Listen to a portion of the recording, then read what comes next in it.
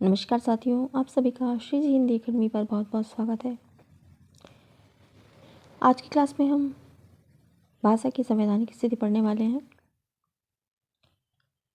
राजभाषा के रूप में हिंदी का किस प्रकार विकास हुआ है।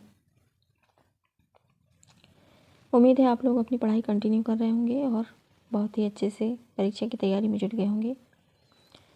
एग्ज़ाम जुलाई अगस्त में होना निश्चित है और एग्ज़ाम चल ही रहे हैं, तो ये सभी एग्ज़ामों के लिए बहुत इम्पोर्टेंट क्लास है। तो आइए समय न गंवाते हुए क्लास की शुरुआत करते हैं।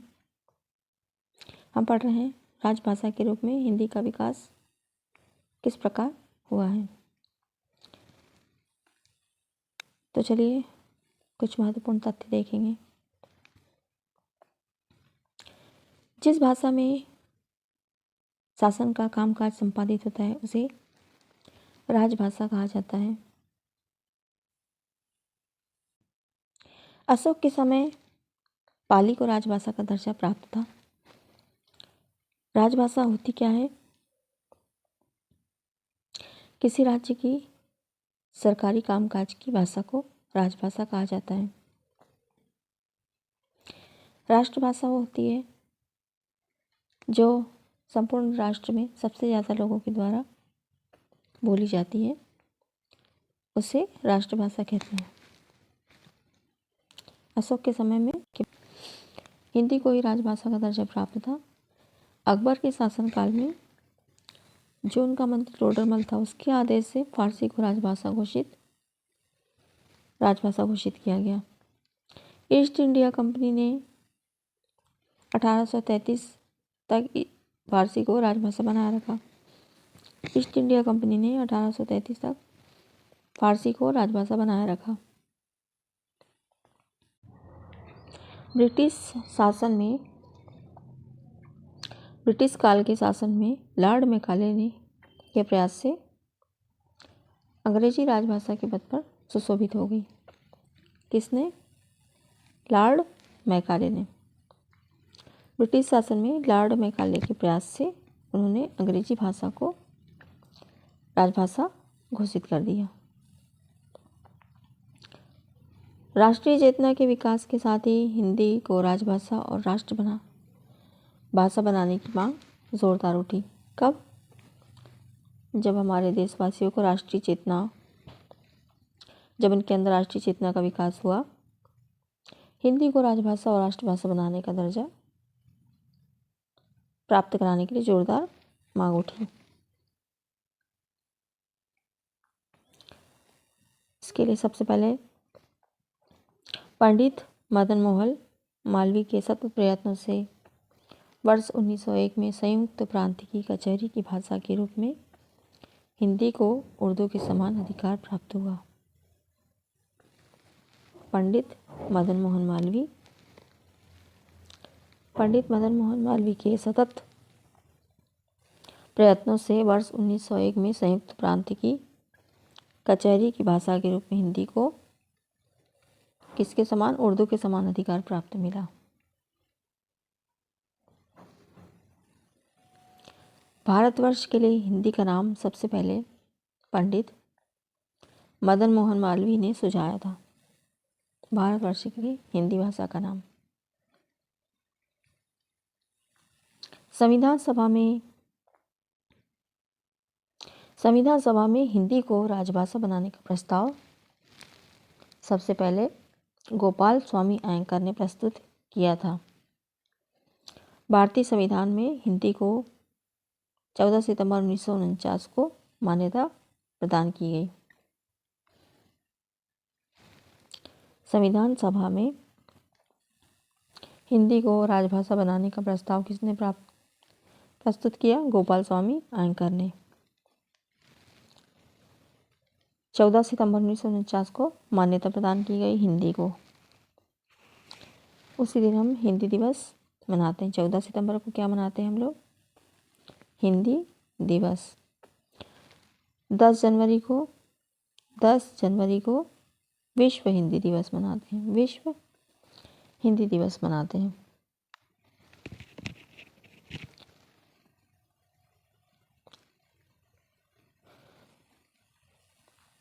संविधान के अनुच्छेद 343 के अनुसार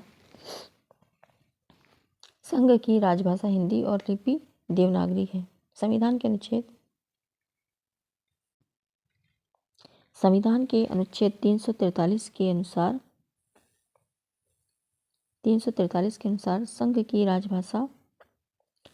राजभाषा हिंदी और लिपि देवनागरी होगी। संविधान के अनुच्छेद 344 में राजभाषा संबंधी आयोग और संसद समिति का उल्लेख किया गया है। 344 से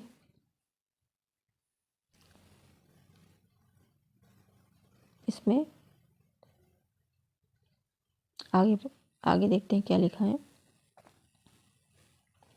संविधान के अनुच्छेद ये याद रखिएगा, बहुत ही सब इम्पोर्टेंट चल रहे हैं। संविधान के अनुच्छेद 344(1) के अनुसार राष्ट्रपति ने 7 जून 1955 को राजभाषा आयोग के गठन का आदेश जारी किया। बहुत ही इम्पोर्टेंट है सब। संविधान के अनुच्छेद 344(1) के अनुसार राष्ट्रपति ने 7 जून 1955 को राजभाषा आयोग के गठन का आदेश जारी किया। 7 जून को। संविधान के अनुच्छेद 344(4) के अनुसार राजभाषा आयोग की सिफारिशों की जांच के लिए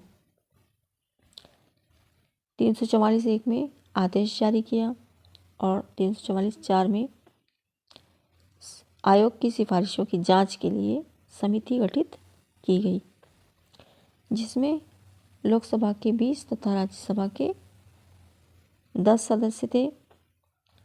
इस प्रकार इसमें कुल 30 सदस्य थे। कितने सदस्य थे? कुल 30 सदस्य थे। टोटल 30 सदस्य थे, 20 लोकसभा के, 10 राज्यसभा के।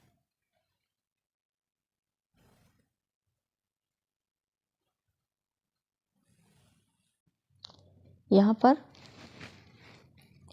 राजभाषा आयोग का गठन 7 जून 1955 को हुआ था। इसके अध्यक्ष बीजी खेर थे।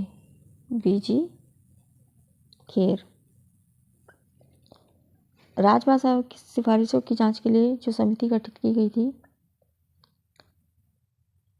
इसके अध्यक्ष थे गोविंद वल्लभ पंत। यही लिख दे रही हूँ मैं, गोविंद वल्लभ पंत। चलिए आगे देखते हैं क्या है और कुछ खास, सब खास ही खास है।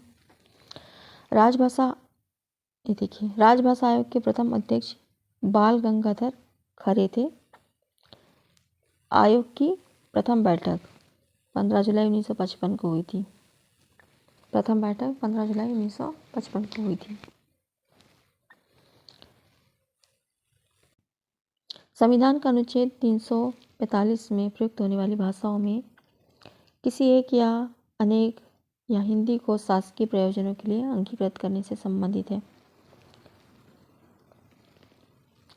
अनुसूची 8 में दर्ज, कहने का तात्पर्य है, अनुसूची 8 में दर्ज 22 प्रादेशिक भाषाओं में से किसी एक भाषा को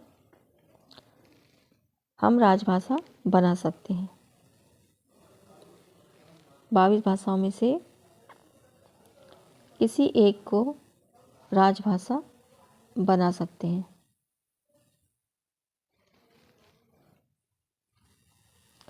संविधान के अनुच्छेद 346 के अनुसार एक राज्य तथा दूसरे राज्य व संघ के मध्य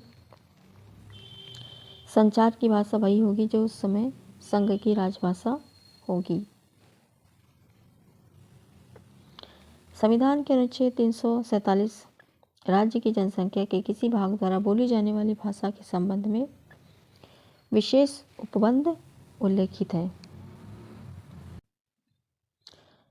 मतलब बहुसंख्यक लोगों द्वारा जो भाषा का प्रयोग किया जाएगा, राष्ट्रपति उसी भाषा को अनुसूची 8 में स्थान देंगे। आगे,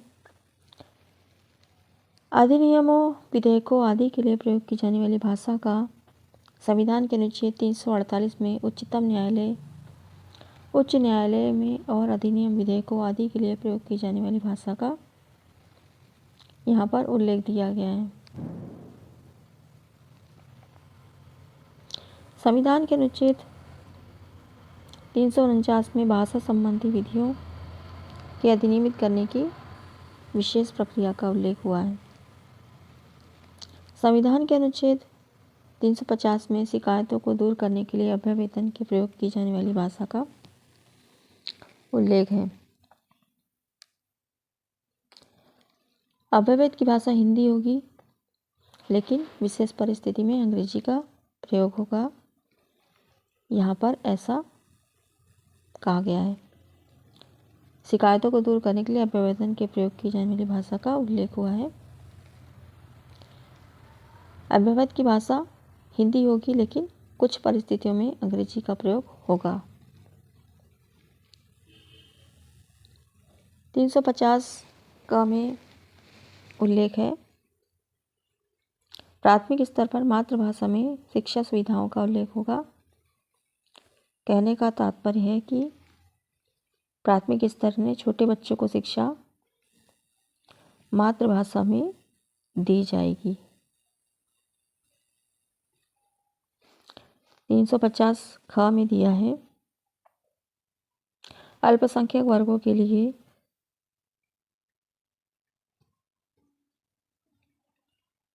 राष्ट्रपति द्वारा विशेष अधिकारी की नियुक्ति का उल्लेख है। पति नहीं है, यहाँ राष्ट्रपति है। राष्ट्रपति भाषाई अल्पसंख्यक वर्गों के लिए राष्ट्रपति द्वारा विशेष अधिकारों की नियुक्ति का उल्लेख है।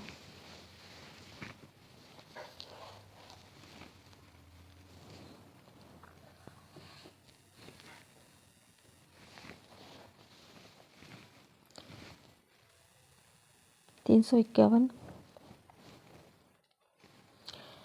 इक्यावन में यहाँ पर दिया गया है,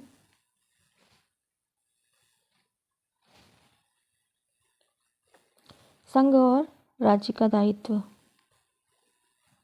संघ और राज्य का दायित्व है कि भाषा का प्रचार प्रसार करें। भाषा का प्रचार प्रसार करें, ये 351 में कहा गया है। यहाँ पर कुछ विशेष अनुच्छेद 120 में कहा गया है, संसद में प्रयोग किए जाने वाली भाषा। संसद में प्रयोग की जाने वाली भाषा, की जाने वाली भाषा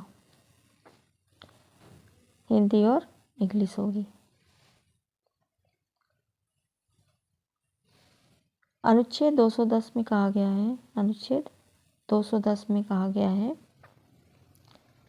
विधानमंडलों में प्रयोग की जाने वाली भाषा। विधान मंडलों में प्रयोग की जाने वाली भाषा, प्रयोग की जाने वाली भाषा, ये भी हिंदी और इंग्लिश। नीचे देखेंगे, संविधान की अष्टम सूची में सम्मिलित भाषा 344 से 351 में कुल 22 भाषाएं सम्मिलित है। आरंभ में 14 भाषाओं को इस सूची में सम्मिलित किया गया था। शुरू में 14 भाषाएं थी, असमिया, बंगला, गुजराती, हिंदी, कन्नड़, कश्मीरी, मलयालम, मराठी, उड़िया, पंजाबी और संस्कृत। तमिल, तेलुगु, उर्दू।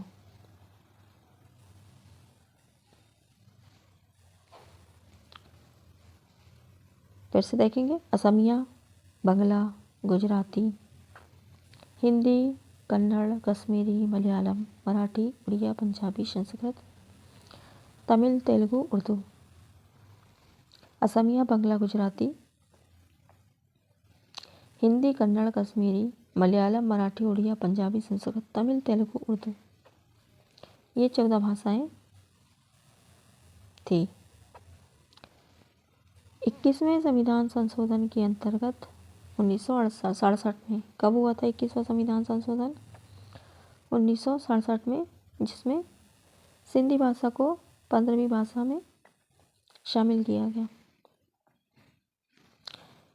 21 के बाद 71वां संविधान संशोधन कब हुआ? 71वां संविधान संशोधन के अंतर्गत 1992 में। 1992 में कोंकणी, मणिपुरी और नेपाली भाषाओं को शामिल किया गया। 21वें संविधान संशोधन 67 के हैं। 67 में हिंदी भाषा को शामिल किया गया, तो 15 भाषाएं हो गई।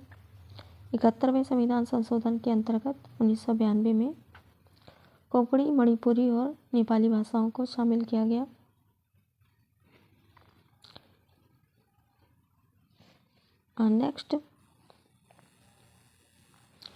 नेक्स्ट हुआ फिर 92वां संविधान संशोधन। 92वां संविधान संशोधन 2003 में किया गया। इसमें बोडो, डोगरी, मैथिली और संताली भाषाओं को सम्मिलित किया गया। कितनी भाषाओं को? 4। बोडो, मैथिली, संताली। 92वें संविधान संशोधन के अंतर्गत कुल 22 भाषाएं हो गई। संविधान के अनुच्छेद 351 में हिंदी भाषा के विकास के लिए निर्देशों का उल्लेख किया गया है।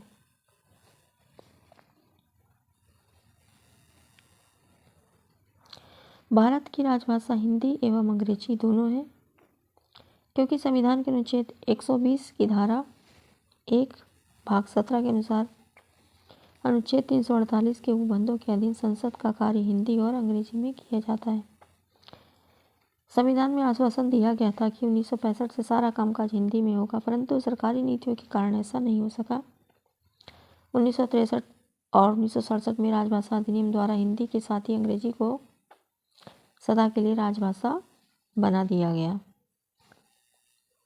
तो यह था दोस्तों संविधान में उल्लेखित भाषा पर आज की क्लास थी हमारी। उम्मीद है क्लास आपको पसंद आई होगी। क्लास को पूरा देखिए बिना स्किप किए और लाइक, शेयर, सब्सक्राइब ज़रूर कीजिए। आपका लाइक और आपका सब्सक्राइब ही हमारा मोटिवेशन होता है। आप कुछ पढ़ना चाहते हैं तो ज़रूर बताइए, क्या पढ़ना चाहते हैं कमेंट करके। मिलते हैं नेक्स्ट क्लास में, तब तक के लिए धन्यवाद, नमस्कार।